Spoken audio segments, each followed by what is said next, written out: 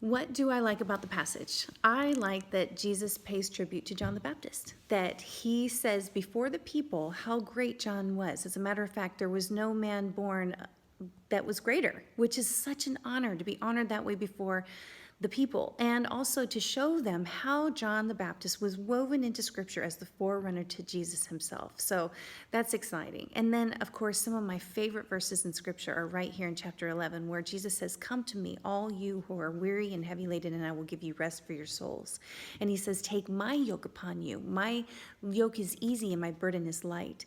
And it's such an amazing heart of God reflected in those passages. Plus, it's a very important message that he's sending. That original word for heavy laden means to be weighed down with religious rites, unwarranted precepts, ceremony that bring about spiritual anxiety. So this is literally spiritual anxiety that he's talking about. Things that are brought upon us, weights that are brought upon us from precepts that aren't given to us from God, but rather manufactured or made up by man. And so that are kind of imposed upon us that we have, that weigh us down in the faith. And so Jesus wants to relieve us from that. And he wants to remove that yoke, that heavy burden that it puts on our shoulders, and he wants to give us his rest. It's rest for our souls. And then he says, how do you tell the difference between mine and theirs? My burden is easy and my yoke is light. What do I not like about the passage? Well, at this point, I always feel so bad for John the Baptist. I think we all do. His story ends so tragically. And he, all alone, isolated from everybody in prison, is wondering, were you really the one? Were you really the one that we were looking for? Even after he had gotten to baptize him and hear the Father speak from heaven, his circumstance was so desperate and so hard that he questioned. And Jesus was gracious. He sent the disciples to tell him all that had been going on, the people that had been healed, and the ways in which God had shown his power through Jesus, that he was indeed the one. So that would bring comfort to John the Baptist, which I'm grateful for. But it's just hard to see his life end so tragically after being so faithful. And then, of course, I don't like all the ways in which Jesus did so many miracles and rose people from the dead and delivered demons and healed the sick and the blind and touched lepers and did all of these amazing things to magnify God, to show God's power on earth, and yet those cities still remained unrepentant. What does this passage say about God? Well, interestingly enough, it says that Jesus can be a stumbling block, and that meaning that he will be different and things will play out different, maybe even in our lives, than we anticipated or even dreamt up.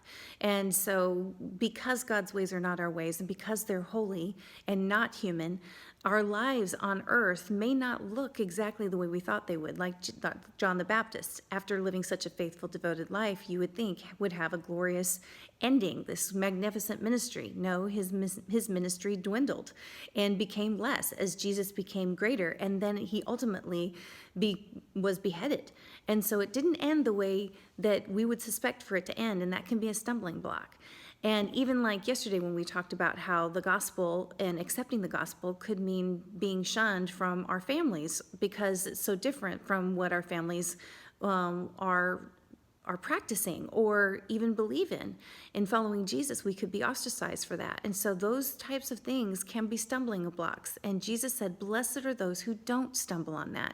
And I love that he warns us that those things are going to happen so that we don't have to stumble. Also, he wants to give us rest. He wants to relieve us from unnecessary religious burdens, things that bring us spiritual anxiety. He wants to relieve those and give us a light and heavy yoke and give us rest for our souls. What does this say about man?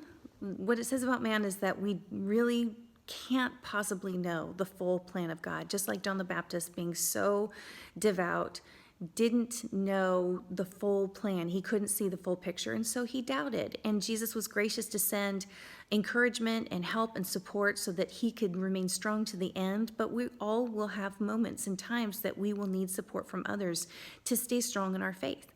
And we will also, some will, maybe all of us at times, even when Jesus performs miracles in our lives, even when he does these miraculous things with our prayers, we will still doubt, just like those who were in those cities. And so it's just something to be careful of and be aware of, that as human beings, we still doubt even when God does amazing things for us.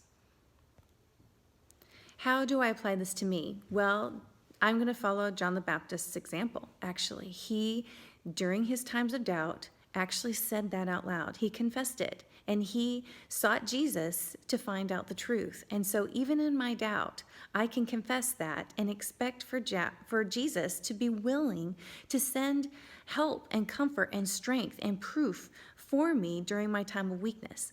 Also, I don't want to be weighed down with unnecessary, unwarranted spiritual precepts and things that aren't of God. I want to make sure that the service that I do is because God told me to do it, not because I'm trying to please man or being told to do things that are unnecessary just because they're tradition or whatever. I want to really serve God his way and by his direction alone.